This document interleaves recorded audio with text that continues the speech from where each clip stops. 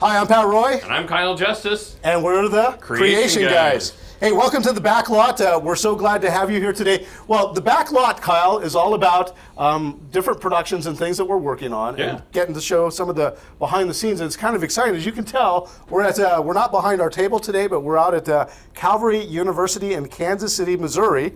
And Missouri. Is it Missouri? It is. It is Missouri. Oh, you've been right this whole time. You didn't believe me? Oh, man. Anyway, we're here with some very special men, and I was wondering if we could just go around and maybe we can step out of the way, Kyle, and if you could introduce yourselves, that would be wonderful. Sure. My name is Teddy Bitner. I'm the Chief Academic Officer at Calvary University. Excellent. Hi, my name is Gary Gromacki. I'm the Department Chair and Professor of Bible and Theology here at Calvary University. My name is Dr. Stephen Boyd. I am a research professor of Old Testament and Semitic languages and the director of the Center for Interdisciplinary Creation Studies here at Calvary University. Wow, gentlemen, thank you for joining us. We're really excited about today. We have like 5 or 6 recorders to bring this to you in quality. That's right. In fact, so we're using our cell phones. Yeah, that's right. In fact, I think I better turn mine the right way. And then we have the GoPro we're going to be getting close-ups with. So I think this is all going to come together. But why are we here? Well, first I want to hear about Calvary University. What is your mission and what are you doing here? What's the Lord doing? Well, Calvary University has been around since 1932 in the Kansas City area. Our mission is to train Christians to serve in the church and the world according to the biblical worldview. And the Bible is obviously the center of everything we do, and it's very important for us, which is why we have what we're about to show you on the table today. Nice. Okay, and it sounds like, I know a lot of Bible colleges are kind of struggling, but it seems like God is just really blessing you guys right now. It's been fun talking to the students and to the staff. It seems like the Lord is really moving here. Yeah, it is. We're growing in enrollment as well as capacity with the addition of these two gentlemen who've been here very recently in the past 2 years. And just to bring quality professors here and to train students to focus on the Bible, it's just been amazing as what's going on here. Yeah, that's exciting. I love hearing that. Well, we've got something very special sitting here. Can somebody explain what this is? And the school just recently acquired this. Is that true? Yes, this is a Pasul Torah Scroll. Now, the word Pasul is disqualified for use in a synagogue. So I'm a Gentile. I believe these two men are Gentiles as well, and that's the reason why we can touch it and hold it. But we're excited to have this scroll here at Calvary University. It's 1900 when this scroll came into existence. At least it's been dated to that time. It's referred to as an Ashkenazi Torah Scroll. Ashkenazi relates to a man from the book of Genesis, chapter 10. His name was Ashkenaz. And his father was Gomer. His grandpa was Japheth, and his great-grandpa was Noah. So that's the reason why this scroll is referred to as an Ashkenazi Torah scroll. So you hear kids being named Jeremiah and Nehemiah, but you ever hear any Ashkenaz? I've never heard an Ashkenaz before. Well, I think I've been having kids, but maybe. And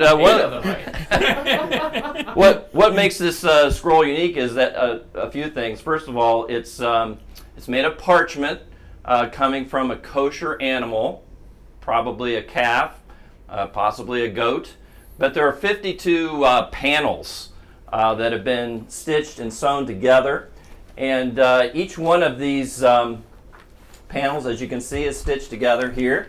And you can also see that there are lines, how the parchment was lined. And you might want to come around this way because this is just, as you know, Hebrew is written right to left. And each one of the letters hangs down from the line. So a sofer would be the one who copied this, and as he copied from right to left, as he looked at another scroll, what makes this so special is not only the fact that you have the Word of God on animal skin, but you think about that, it's almost like the Word became flesh. Wow. You think about that from John chapter 1, verse 14.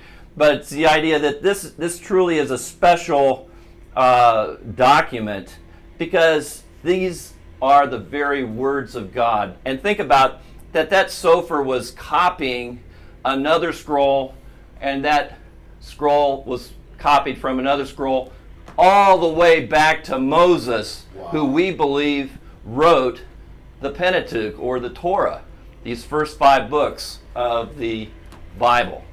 Wow, well, this is such an honor to actually be able to look at this and to be able to touch this. Now, you guys have gone to a lot of work to acquire this.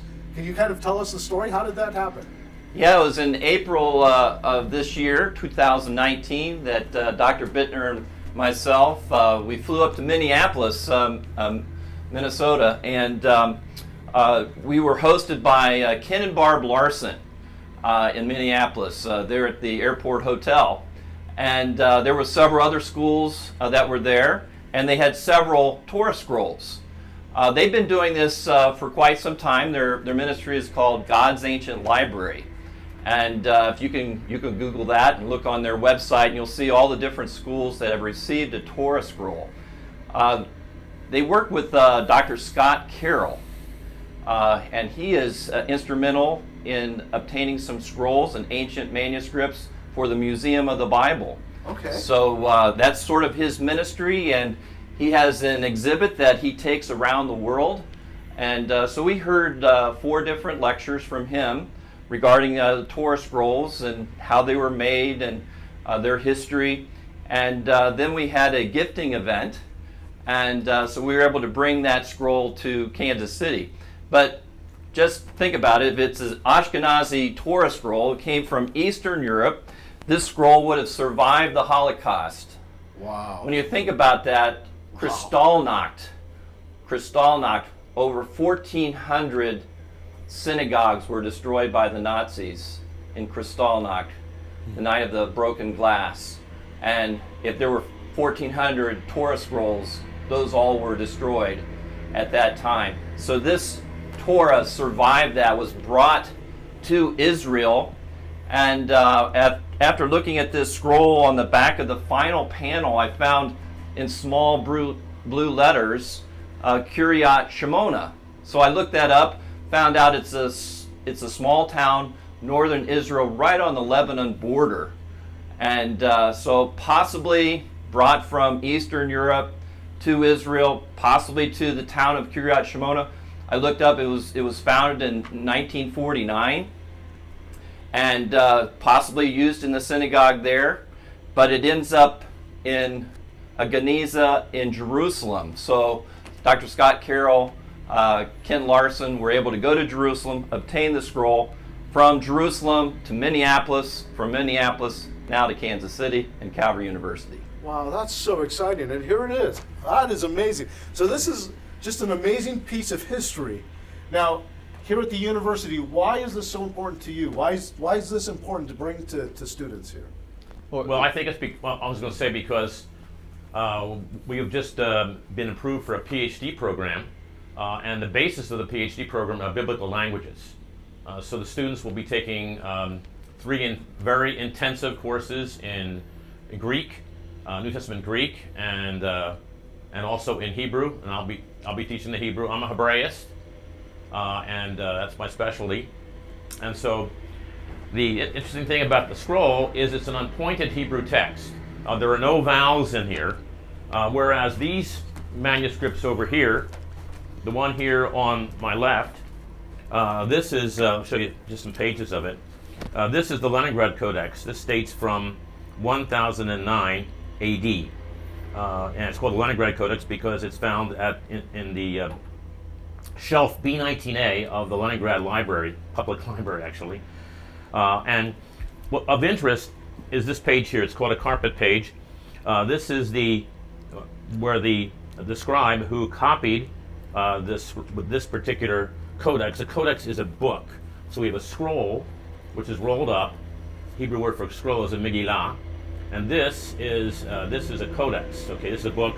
A book in Hebrew is sefer, and so the sofer, the scribe, he says here, Ani Shmuel ben Yaakov, and he gives his name, And then he explains that he copied and he followed a manuscript of Ben Asher. Now, this is a Ben Asher. The Ben Asher Codex, it's 100 years earlier, but just as that scroll survived the things like Kristallnacht and so forth, which was hatred against the Jews, unfortunately, what happened here in Aleppo, in Syria, after Israel became a nation, there was hatred of the Jews, and they went into the synagogue and they threw down this codex, and all that's left of the Torah is just the very last part of Deuteronomy. But this was actually copied and pointed by the very best scribe, Ben Asher. And the reason why we know he's the very best scribe is because Maimonides from the 12th and 13th century said he was the best scribe. Rambam, Maimonides, and so when he said it, that's basically it. And then the other one was Ben Naphtali, but when Maimonides said that it was Ben Asher, went with that. So we only have a small portion of this, but this is the actual Ben Asher text. This is Shmuel ben Yaakov. I can point some things out in this, but we want to actually talk about the scroll and some of the characteristics of it. And so one of the things that we're going to try to do with our PhD students, which we're really excited to start a PhD program here at Calvary University. Lord has blessed us already with 23 students in our first language class. And one of the things that we want to do with this Torah Scroll is we want it to be used in the classroom. We don't want to just place it under a glass case. We want our students to be able to have access to it, to be able to touch it, be able to look at the letters. And since we have these resources here, they can do some types of comparative studies. So you have the Aleppo Codex here, which is 100 years older than the Leningrad, which dates to about 1000. And so then you have here 1900. So we can actually have our students do some comparative studies, looking at 900-year difference, 1,000-year difference, to see, look at the letters, look at the words, compare what we have here with what we have here in the Aleppo Codex and the Leningrad Codex, to see, hey, are the scribes accurately copying the very words of God? And I think we're going to see that they did. They count all the letters of the Torah. In fact, the word sofer, the person who made the Torah scroll, that word in Hebrew has the idea of to count. So one of the things they did was they counted all the letters of the Torah scroll. And when I think about our Lord Jesus Christ and how he viewed the accuracy of the Bible, right? How he said that not one jot or tittle will pass until all is fulfilled in the law. And when you look at that word jot, it actually relates to the smallest Hebrew letter, which would be the yod, looks like our apostrophe. And the tittle would be the difference between two Hebrew letters like a resh and a dalet, just that small little projection that changes one letter to another. And it would be like the difference between, say, a capital P and a capital R. Just that little leg there would be like a tittle. So think about that. Jesus was talking about the accuracy of the very letters that are found in the Torah. And Jesus obviously knew the Torah because when he was tempted in the wilderness, the Judean wilderness, what did he say? It is written, man shall not live by bread alone, but by what? Every word of God. And he quotes 3 times from the book of Deuteronomy. So he obviously knew the Torah by heart. So we've got these men that are copying and they're making copies and they're making copies. Mm-hmm. So how do we answer the critics when they say that slowly things have been changing and things keep changing over time? I mean, were there some rules on how they made copies? How did? Oh, it was meticulous how they copied. They actually counted the number of. They knew for every page how many letters were on the page. They were extremely careful. If they made a mistake, they would they knew it, they would correct it immediately. We actually have places further on the scroll where we do have some places where they made apparently a small mistake, or maybe it got a hole in it or something like that, but they filled in. But they even knew, even these spaces, these things were designated, okay? And there were two kinds of paragraphs. It's somewhat technical, but there was the pitucha, the opening paragraph, which has to begin on a new line. So this is a pitucha. And then the other type of paragraph is known as a closed paragraph, which can begin on the same line. And they knew all about that and all of the rules. And the person who made up the rules, again, for how scrolls should be copied was Maimonides, and he wrote a document called Mishnah Torah, in which he explained all these different things, and those things which would invalidate a scroll. The main things are that the letters cannot touch one another, and that the space between words must be larger than the space between letters. So even a child, the idea, so even a child could read it, would not get confused. There are no verses indicated in here, and no chapters. Instead, that the divisions in the books are indicated by 4 blank lines. If we would, right here, this is the beginning, though. This is Bereshit, and you can even see here is a resh, and then further down, obviously you can find a, here's a dalet right there, okay, mavdil. That's a dalet, and that is a resh. And you can see how close those are to one another.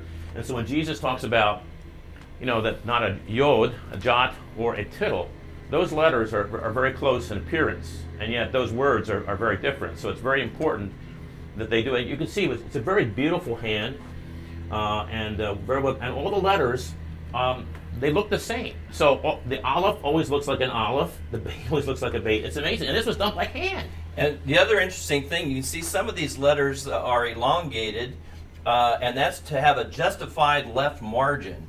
So that's the reason why you see these elongated letters. And one of the things that we tried to do with our students was we had them look for the sacred tetragrammaton, YHWH, Yod He Vav He. We're looking for the name of what we call Jehovah, Yahweh, but the Hebrews, of course, they don't say that. They would say Adonai when they read the text. They don't actually pronounce the sacred letters. But we had them do that. So the students were looking over the Torah Scroll, looking for the name of Jehovah, the name of God. If we roll up a little bit this end, I think we might be able to get to it's going to take us a little bit, but we'll do it once we get up here. Give you my help here. Wow, this is just... Kyle, isn't so this what we're doing is we're we want to go into Exodus so you can see some different things.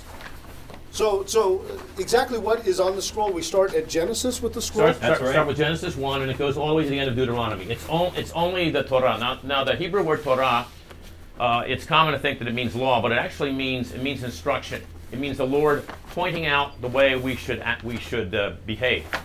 The word yara, from which it comes, has to do with pointing something out. And so, you can see how long Genesis is. Right. Genesis is very long. Very long. Wow. We haven't got to Exodus yet. Yeah. No, we haven't got to Exodus yet. Wow, this is so This is neat. amazing. It really is. I'll tell you, it's fun to see this and know that our Bibles are based on... That's right. Yes. But you see how much the advantage going to a book, it's so much easier to go through than to the scroll, but they still use these in the synagogue today. Can you imagine trying to find a verse in here? Well, It's not easy. But there's a progression here: scroll, book, app, right on the phone. right. Yeah. See, but the thing is we finally got to Exodus. the Jewish scholars. Okay, now this indicates a beginning of the next book. Ve'eli Shemot Bnei Yisrael. These are the names of the sons of Israel. This is the beginning of Exodus. Wow, okay. So there's just a space. I'm surprised that there's not. It's just There's no title for the book. It's just 4 lines. No. No, they Wow. they And type. this is not a study scroll. No, This it's is- not. No, they Can we make notes they, on it? They titled the books by the first significant word. The first word, like in the case of Genesis, is Bereshit. Well, here the first word is these, so they're not going to call the book these. So it's name, so it's Eli Shemot, and so the Hebrew name for this is Shemot. Now, if we keep on going, we'll see the Song of the Sea in Exodus 15. And you can see how the layout changes. The layout on the page is called the stachography, and you will see that there's a difference when we get to Exodus 15. So it says animal skin. Is it really durable, or I mean? Well, yeah. It's Okay. incredibly You can see durable, the yes. stitching here on the back side. So after they did each one of the panels, they would stitch it. With sinew. They use animal sinew. Yep. Yeah. So no paper cuts on this. Right? And this No, is no paper. Okay, here we go. This is it does. the Song of the Sea, and this layout is known as brick upon brick. So if you look at it from a distance, you can see it looks like a brick, kind of like a Right. brick wall, Right. with with one row overlapping the other. And so this is really fascinating because we have in Exodus 14 the narrative account of the crossing of the Red Sea. And then in Exodus 15, we have the poetic account, and it's laid out in a different way. Yeah, I think well, that's very interesting. So here's a historical account, Right. And you're telling me that when it gets to a poetic account, it visually is written different. Yeah, those specific poetic accounts, the Song of the Sea, and then also Deuteronomy 32, the Song of Moses. Now that's way down at the end. But that is also fascinating to look at. But we need to get to a little further when we get to the Ten Commandments. Just one other observation. Just because it's poetry, okay, doesn't mean it's not dealing with history. Right. Right. I think that's an important observation because sometimes say people, if it's poetry, then it must be allegorically interpreted. No, here you have a poem that's talking about a historic event, the parting of the Red Sea. Right. Some have actually said that the way it was written is like the children of Israel are marching through the Red Sea. Ah. Is this where it says the horse and rider were Yes, thrown into the thrown sea? into the sea. it says horse and its rider were thrown into the sea. Yeah, I remember that song growing up as a kid. Okay. So we're We're going going to get to the Ten Commandments. Okay, here's the Ten Commandments. They begin up here. Okay, this is Ani Adonai Elohecha Asher Hotziticha, and so this is I am Yahweh your God who brought you out from the land of Egypt, from the house of slaves. Wow. And then there will not be for you other gods in front of my face. And you can see down here they have the lows. That means now. So we have lo. Here's lo tirtzach. You shall not commit murder. Lo tinof. You shall not commit. Thou shalt not commit adultery. Lo tignov. Thou shalt not steal. Lo te'ala, so that this talks about bringing false witness and so forth. So these are all of the lows. That's the Ten Commandments. Wow. This is so amazing right here. Yeah, there's the Ten Commandments. Wow, this is so fun to see. According to Maimonides, every Jewish man was supposed to write a Torah Scroll. Okay. Now, obviously, not everybody had the ability. Right. So they would hire a sofer, a scribe, to do it. But sometimes they didn't have enough money to do that. But if according to the Mishnah Torah, if you checked a letter from one scroll to another, that was the equivalent then of writing a scroll. Okay. So they made it a little easier.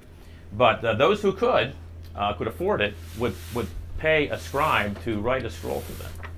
Wow. So now we're up to This is Numbers. the book of Numbers. Wow. Okay, and it's called Numbers. This is the word that's Numbers, Bimidbar, means in the wilderness. So our term for Numbers has to do with the two censuses that are in the book of Numbers. This has to do with a location in the wilderness. So this is Yahweh spoke to Moses in the wilderness. So it's called Bamidbar is the name And of of course, Numbers. the book of Numbers is all about the wilderness wanderings of the nation of Israel because at Kadesh Barnea, they rebelled against God's command to go in and take the land. So they had to wander around in the wilderness. That whole Exodus generation died off, and it was only Joshua and Caleb who Right. went into the promised land. And we have all the numbers of all the tribes, and it's done again after the 40 years to show that what the Lord said would happen happened. So this scroll is 97 feet long. Wow. Okay. Yeah. So we tried to we presented it last week to the university. We had all the students unroll the scroll, so it was a lot of fun Right. to watch the students get excited about the This Torah. looks like some kind of. We thought this looked like an arrow kind of thing. I don't know Oh, what it that is. sure does. It looks like an arrow. But I don't know what that We have significance to of that find is. out what it's pointing to there. I don't know. That is very interesting. There's a mystery. It's a mystery. That's right. So as you're watching now, you can try and figure that out. That's right. You can figure out this Yeah, mystery. someone let us know. Oh, you gotta just learn Hebrew. Right. I'm here to teach you. Okay. So we're at Deuteronomy. Here's Deuteronomy. Our last book of the Torah This Scroll. is Ve'eli Devarim, and these are the words which Moses spoke. So Devarim is Deuteronomy.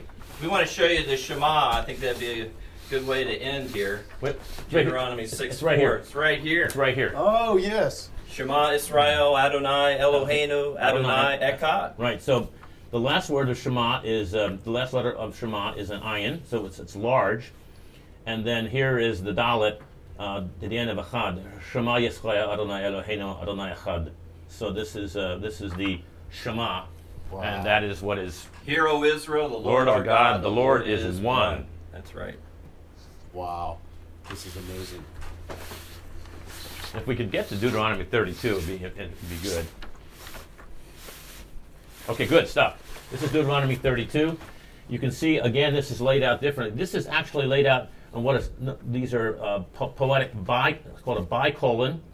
And so this is the A and B. And in Hebrew poetry, the B section of the poetic line echoes the first part. Wow. And so this is actually laid out in the poetic way. Wow. So this is this is the Song of Moses, followed by, and now you see this is also poetry in Deuteronomy 33, but for whatever reason this is the Moses' final blessings on the tribes, but they only laid out this section here, the Song of Moses, which was to be a pattern for the indictment later for Israel when they would go bad. Of course, you know, the last section of Deuteronomy records the death of Moses. And so some liberal scholars say that Moses could not have written the Torah because of this. Well, there's two traditions. One is that Joshua himself recorded the death of Moses, and because you go from Deuteronomy into Joshua, that Joshua was the one who recorded these words that are found here. Another ancient Jewish tradition is that God dictated to Moses these last words that he wrote down, and with tears in his eyes, he actually wrote about his own death. He might have. So very interesting and fascinating to think about that. If you flip it up, we might be able to see the blue label. Let's see if we can find There's right there. That is where it tells us that it's from Kiryat Shmona. Okay. Wow. It was It's there at actually some from point. this side, Yeah. going this way. Kiryat Shmona. Shmona. Yeah. Okay, gentlemen, this has been amazing, and unfortunately we're out of time. But thank you so much for taking time to show us the scroll. This has been incredible, huh, Kyle? This has really been amazing. So, quick question for you: if somebody's watching this and they're saying, "Wow, I don't even know who Calvary University is," I keep hearing people say this is a hidden gem. Well, how do people find out more about it? Go to the website, www.calvary.edu. Okay, It's great. our website. Yep. Okay, what type of students are you looking for? We're looking for Christian students who want to come and major in business, counseling, Bible and theology, education. We have a state certified education program, music and theater, and we also have a music education program as well. In the graduate school, we have business, music, and education, and in the seminary we have a Master of Arts in Bible and Theology, a Master of Divinity, a Master of Arts in Counseling, and the PhD program. Excellent. Wow, there's a lot of exciting things going on. Yeah. Well, this has been the Backlot. Kyle, wasn't this an interesting time? That's cool. Very unique So- episode. We've never done Absolutely. anything like this before. This is awesome. Awesome. And But if you want- everything we do is based on God's word, so this is perfect. Yeah, it really is. Yeah. So, okay, if you want to check out the Creation Guys, it's thecreationguys.com, thecreationguys.com. That's right. Okay. Until next time. Yeah. Well, see you later, guys. Thanks so much for taking Yeah. You're the welcome.